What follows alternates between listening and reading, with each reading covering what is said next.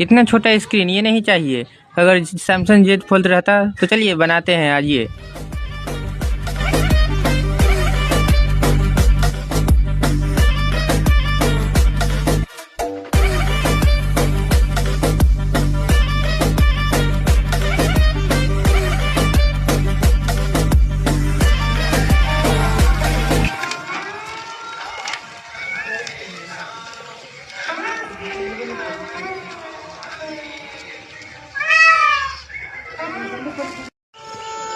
आप सबने परमात्मा की प्राप्ति का जो मार्ग चुना है, उसी में मनुष्य जीवन की सार्थकता है। ये मार्ग विकट है, पर हमें इस मार्ग पर चलते रहना है।